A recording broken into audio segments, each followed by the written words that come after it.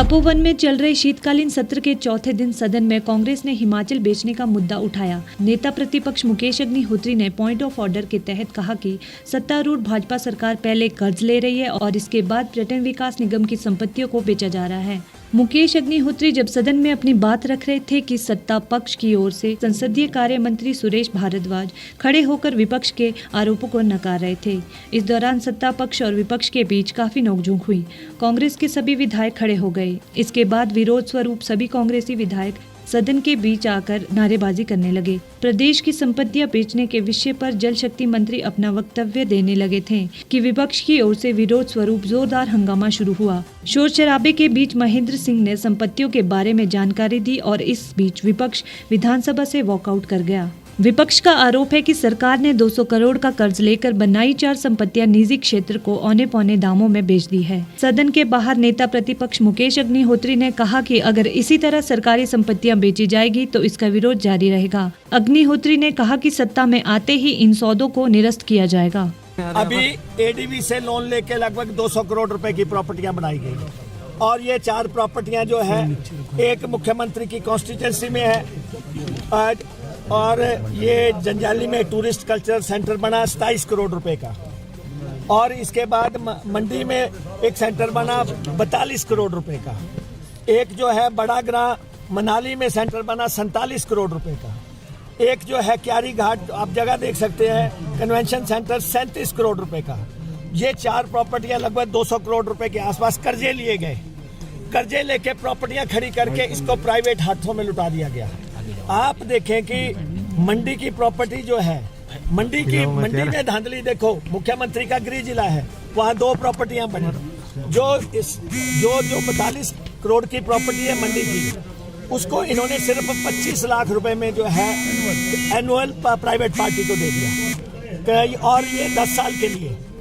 और उसके बाद जंजाली की प्रॉपर्टी 27 करोड़ रुपए की, ये 17 लाख रुपए में जो है 15 साल के लिए दे दी गई। तो आप देखें कि ये प्रॉपर्टियां जो है अरबों की प्रॉपर्टियां अपने चहेतों को औने पौने दाम पे किस ढंग से लुटाई जा रही हैं।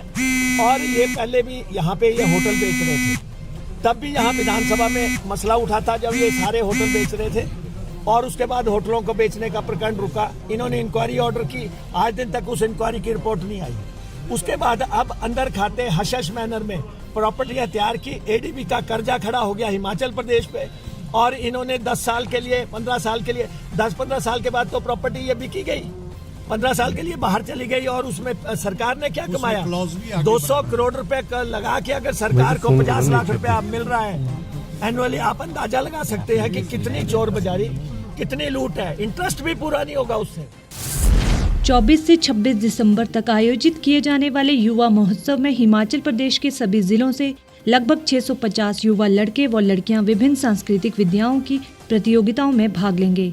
इसमें लोक नृत्य, लोकगीत, एकांकी, हारमोनियम वादन, बांसुरी वादन, तबला वादन, शास्त्रीय गायन, सितार वादन, कथक व पारंपरिक वाद्य यंत्रों और ऑर्केस्ट्रा की प्रतियोगिता शामिल है। राज्य स्तरीय 37वें युवा उत्सव की मेजबानी इस वर्ष जिला ऊना करने जा रहा है।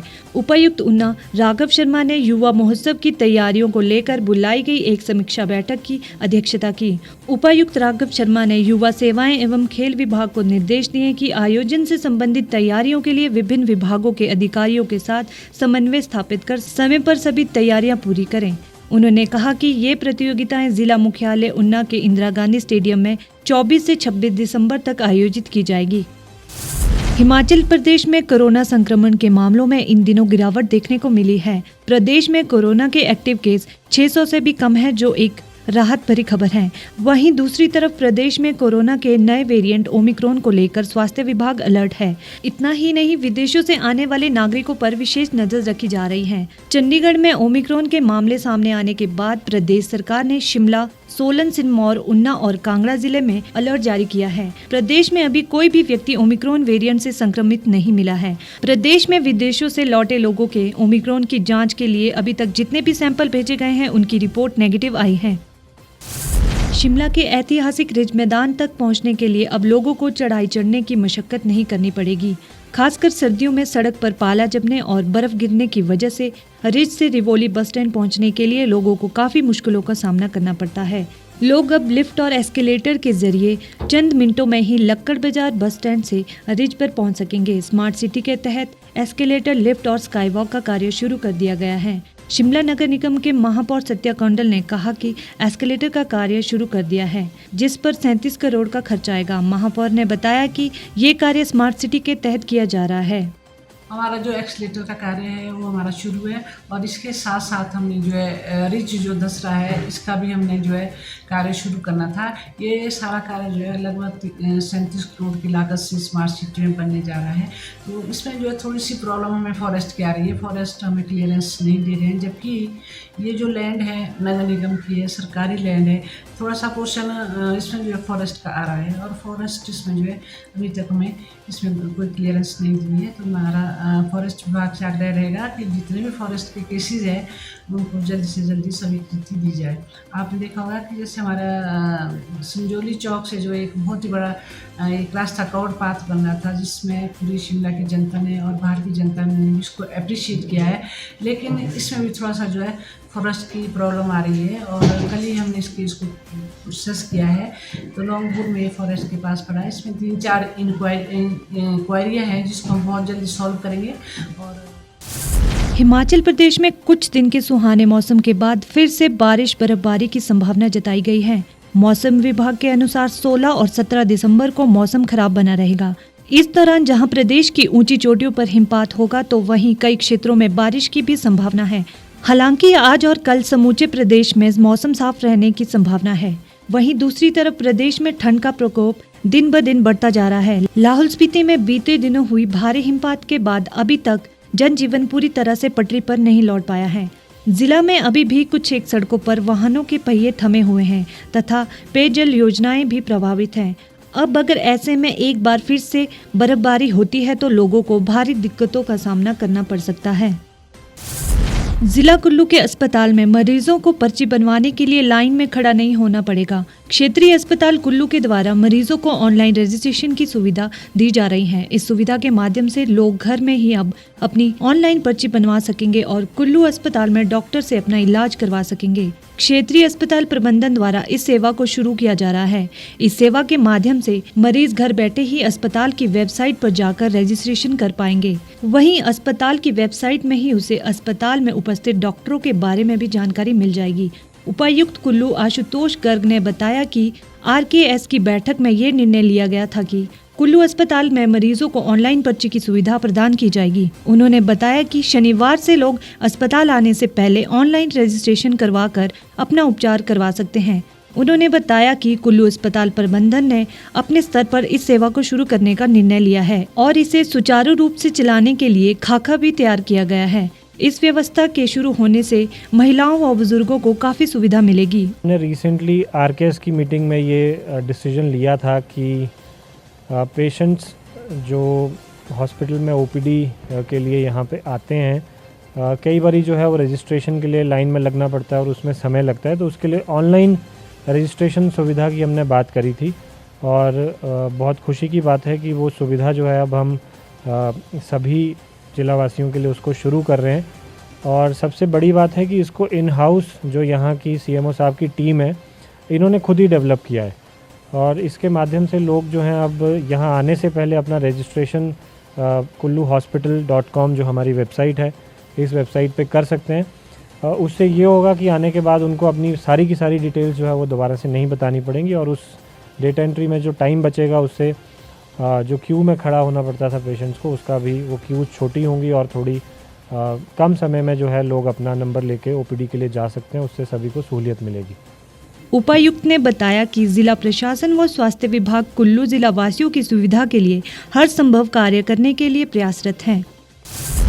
शिमला जिला के पर्यटन स्थल नारकंडा के हाटू पीक पर घूमने आए पर्यटकों का वाहन हादसे का शिकार हो गया। इस दौरान वाहन करीब 800 मीटर गहरी खाई में जा गिरा। दुर्घटना में चालक की मौके पर ही मौत हो गई, जबकि अन्य 3 लोग घायल बताए जा रहे हैं। प्राप्त जानकारी के अनुसार सभी पर्यटक XUV गाड़ी में नारकंडा के हाटू पीक पर घूमने आए थे। इसी दौरान सुबह के समय उनका वाहन बर्फ पर फिसलकर खाई में जा गिरा। हादसे में गाड़ी चालक सुखपाल सिंह की मौके पर ही मौत हो गई, जबकि अन्यों को मामूली चोटें आई हैं।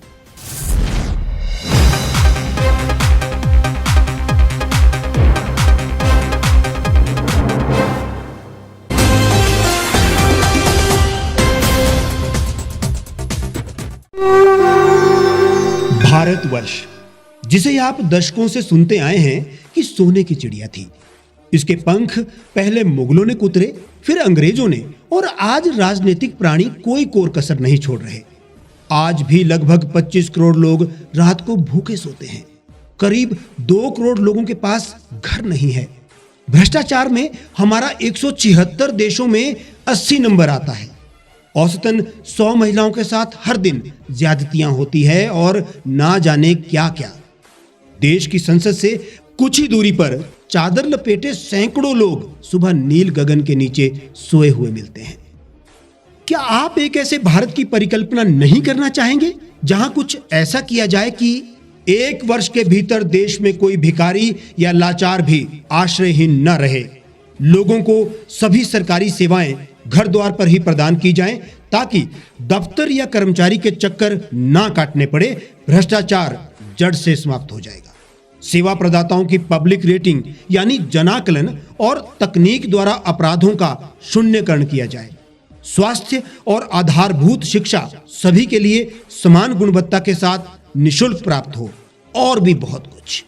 यदि आप इस पवित्र राष्ट्र निर्माण यज्ञ का हिस्सा बनना चाहते हैं तो आज ही राष्ट्रीय लोक नीति पार्टी से जुड़ें। अब देश राजनीति से नहीं, लोक नीति से चलेगा। विजिट करें वेबसाइट rashtriyalokniti.org।